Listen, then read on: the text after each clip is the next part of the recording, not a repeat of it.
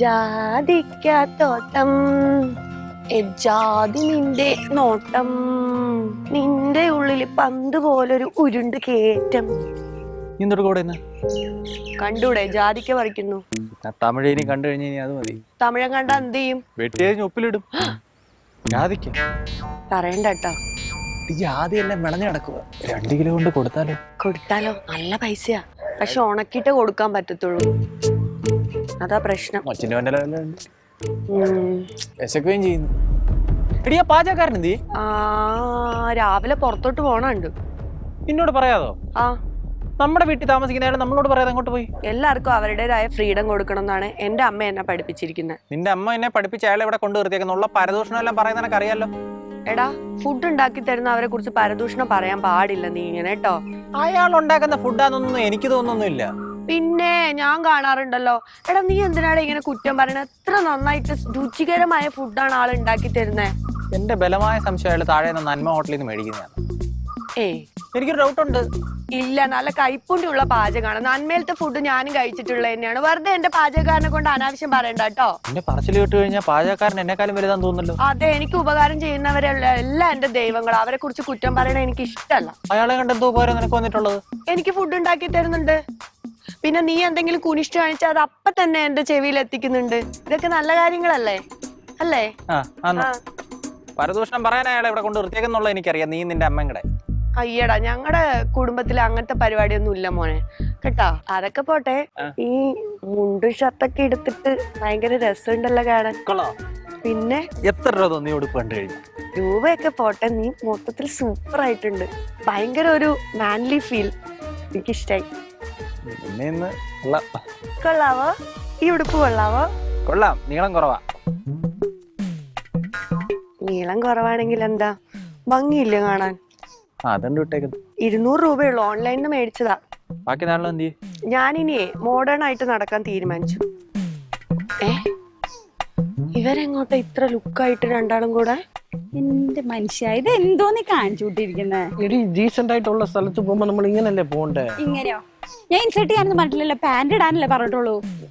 വേണ്ട, എന്തോടെ വലിയ സംസാരമൊക്കെ നടക്കുന്നത്. നിനക്ക് പക്ഷെ മേക്കപ്പ് പോലെ കുറച്ചുകൂടെ ആകായിരുന്നു. എനിക്കോ? നാച്ചുറൽ ആയിട്ട് സൗന്ദര്യം ഉണ്ടാവുമ്പോ ഇതിന്റെ ആവശ്യമേ ഇല്ല. എനിക്ക് മുണ്ടായിരുന്നു കുറച്ചുകൂടെ കംഫർട്ടബിൾ. പാന്റ് അങ്ങോട്ട് ഒരുമാതിരി പിടിച്ചിരിക്കും ആ തോടയിലൊക്കെ. അതെ, എന്റെ സൗന്ദര്യത്തിന്റെ സ്റ്റാറ്റസിന് പാന്റാണല്ലോ, അതുകൊണ്ട് ഇതാണ് ഇട്ടാ മതി. ഞാൻ കണ്ടില്ല നല്ല അണിഞ്ഞൊരുങ്ങി വന്നത്.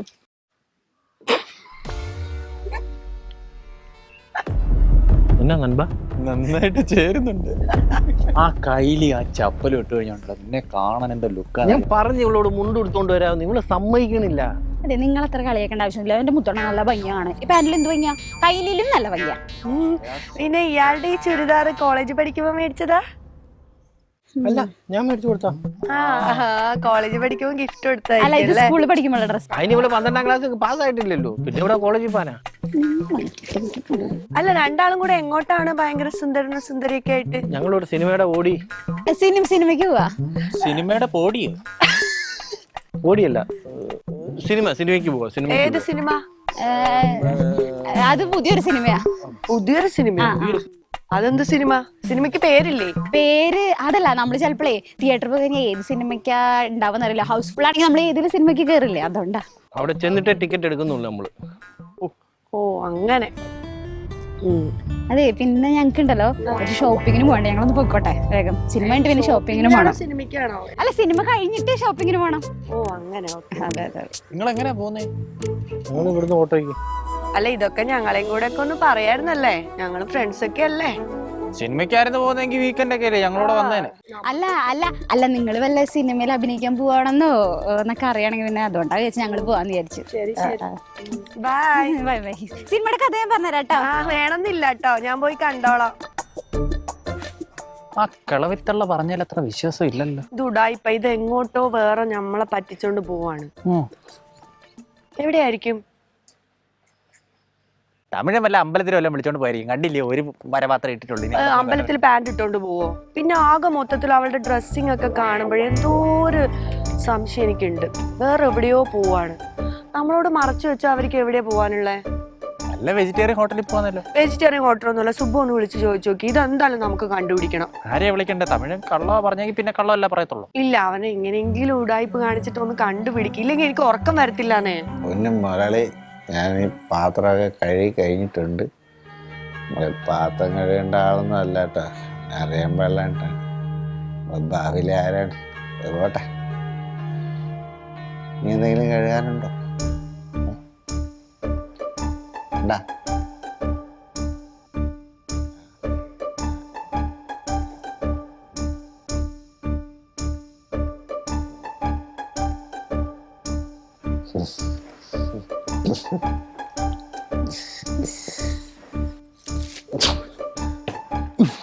നീ ഏത് പാത്രം കഴുകുന്ന കാര്യം പറഞ്ഞോണ്ടിരിക്കുവാ?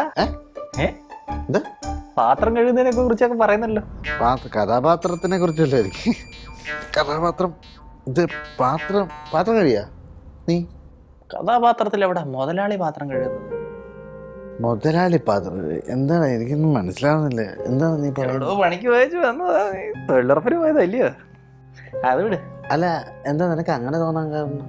ഈ പാത്രം കഴുകുന്നത് മുതലാളി കഴുകു പാത്രം ഡിഷ് വാഷർ എന്നൊക്കെ പറഞ്ഞു. ഓ, അത് പുതിയൊരു കഥ എഴുതുന്നുണ്ടാ. അപ്പൊ അതിൻ്റെ അകത്ത് ഇങ്ങനെ പാത്രം കഴുകുന്ന ഒരു സീനുണ്ട്. വേലക്കാരന്റെ വീട്ടിലെ ഹോമം എന്നായിരിക്കും അല്ലയോ? മറ്റേ പോലെ അല്ല, ഇത് വേറെ. അത് കളാ. ഞാൻ വന്നെന്തോന്നറിയോ? അല്ല, നീ എവിടെയായിരുന്നു ഇത്രയും ദിവസം? ഞാനോ? ഞാൻ ചെറിയൊരു ഷൂട്ടിംഗ് പരിപാടികളൊക്കെ. ഷൂട്ടിംഗ് പരിപാടി? അന്ന് പാത്രം കഴുകാൻ ഞാൻ അവിടെ നിർത്തി കഴിഞ്ഞ പിന്നെ വേറെ ഷൂട്ടിംഗ് പരിപാടി എന്തായിരുന്നു ഒന്നേ? അല്ല, അത് ഷൂട്ടിംഗ് പരിപാടി എന്തേലും മട്ടരോട്ടെ. അത് കളാ. കള്ളത്തരം പറഞ്ഞ് ഇവിടെ നിൽക്കാന്ന് വിചാരിക്കണ്ട കേട്ടോ. ഇപ്പോഴത്തേക്ക് അത് വിട്ടേക്കുന്നത്. ഞാൻ വരുന്നുണ്ട് ബാക്കി. ഇത് കേക്ക്. എടാ, ആ മുത്തു അവന്റെ മറ്റേ മേക്കപ്പ് പെണ്ണുമ്പിള്ളേങ്ങടെ എങ്ങോട്ടോ പോകുന്ന ഞങ്ങൾ. എങ്ങോട്ട് പോകുന്നയാന്ന് അറിയത്തില്ല. അവനെ മറ്റേ കയ്യിലും മറ്റേ ആ ചാണകപ്പുള്ളി വരയൊക്കെ മാറ്റിയിട്ടേ ചാക്കിനകത്ത് കയറിയിരിക്കുന്ന പോലെ പാൻറ് വിട്ട് ഉടുപ്പ് വിട്ട് വല്ല ട്രിപ്പിന് വല്ലം പോയതായിരിക്കും. നീ ട്രിപ്പിന്റെ സ്പെല്ലിങ് പോലും അറിയാത്തവൻ ഇവിടുന്ന് തിരുവാങ്കുളത്തിന് അപ്പുറത്ത് പോയിട്ടില്ല. അവിടുന്ന് ആ ട്രിപ്പിന് പോകുന്നത്. അവര് ട്രിപ്പെന്ന് പറയലായിരിക്കും. അവരുടെ കല്യാണം കഴിഞ്ഞിട്ട് അവരുടെ സ്വകാര്യതയിലൊക്കെ നമ്മൾ ഇടപെടേണ്ട കാര്യമുണ്ടടാ. അത് മോശമല്ലടാ. ഒന്നും അല്ലെങ്കിലും നമ്മളിവിടെ വാടക പോലും കൊടുക്കാതെ ഇവിടെ താമസിക്കുന്നതല്ലേ. വാടക കൊടുക്കുന്നില്ലെന്നോ? അത് നീ എനിക്ക് തരുന്നില്ലെന്നേ ഉള്ളൂ. ഞാൻ വാടക കൊടുക്കാതെ അവൻ എന്നെ ഇവിടെ നിർത്തുമെന്ന് തോന്നുന്നുണ്ടോ? അല്ല, അങ്ങനെയല്ലടാ. ഒരു സൗഹൃദം ആകുമ്പോഴത്തേക്ക് നമ്മൾ അവരുടെ ഫാമിലി ലൈഫിലൊക്കെ നമ്മൾ ഇങ്ങനെ കയറി ഇടപെടേണ്ട കാര്യമുണ്ടോ? അവര് ഭാര്യയും ഭർത്താവട്ടെ എവിടെയെങ്കിലുമൊക്കെ പോയി അവർ എൻജോയ് ചെയ്യട്ടാ. നീ എന്താടാ ഇങ്ങനെയൊക്കെ? നിനക്കുള്ളതല്ലേ ഒരു ഫാമിലി. നിന്റെ ഫാമിലിയുടെ കാര്യത്തിൽ അവർ ഇടപെട്ട് കഴിഞ്ഞാൽ നിനക്ക് നീ എന്ത് വിചാരിക്കും? അല്ല, ഞാൻ നിങ്ങളുടെ ഫാമിലിയുടെ വിഷയത്തിൽ നിങ്ങൾ എവിടെയെങ്കിലും പോകുമ്പോഴത്തേക്ക് ഞാൻ ഇങ്ങനെയൊക്കെ ചിന്തിക്കുകയൊക്കെ ചെയ്തു കഴിഞ്ഞാൽ അതൊക്കെ മോശം പരിപാടിയല്ലേടാ. നീ എന്താടാ ഒരു ഒന്നുമല്ലല്ലോ. നീ ഒരു സിനിമാക്കാരനാവേണ്ട ആളല്ലേ ഭാവിയിൽ? ഒന്നുമല്ല. അതൊന്നുമല്ല അല്ലേ? ഉറപ്പായിട്ട് തമിഴ് എൻ്റെ അടുത്ത് കള്ളം പറഞ്ഞതാ. കാരണം അവൻ്റെ അടുത്ത് സംസാരിച്ചപ്പോഴത്തേക്ക് അവൻ്റെ ഒരു കണ്ണ് ജാതിയിലായിരുന്നിരുന്നത്. ഉറപ്പായിട്ട് ജാതിയിലിരുന്ന ജാതിക്കകത്ത് തന്നെ കള്ളത്തനുണ്ട്. അല്ല, അവനെ ഞാൻ ചെറുപ്പം തൊട്ട് കാണുന്നതാ. പണ്ടവൻ അയ്യർക്ക് റൂർക്കിയുടെ മതിലിയാടിയെന്ന് നിനക്കറിയാം. കൊടവന്മാരെടുത്തിട്ട് ഇടിച്ചതാ. അന്ന് പോലും അവൻ കള്ളം പറഞ്ഞില്ല.